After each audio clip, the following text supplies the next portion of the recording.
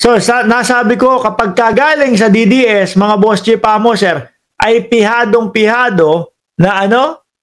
Fake news. O, tingnan nyo po ito, mga kababayan. Dumadali na naman yung mga DDS. May ipapakita ko sa inyo. Sino to? Duterte. Duterte din ang apelido. Ayun, may binulugan pa. O, sabi, Duterte. Si Lance. Dumami ang Duterte. Sabi dito, Lance Duterte, ang mga taong kasama sa entourage ni Lisa Marcos sa US, sa Estados Unidos daw, makikita sa mga larawan na ito, nakasama nga nila si Juan Paulo Tantaco. Tantoco yun, di ba? Bago maganap ang pulburon issue.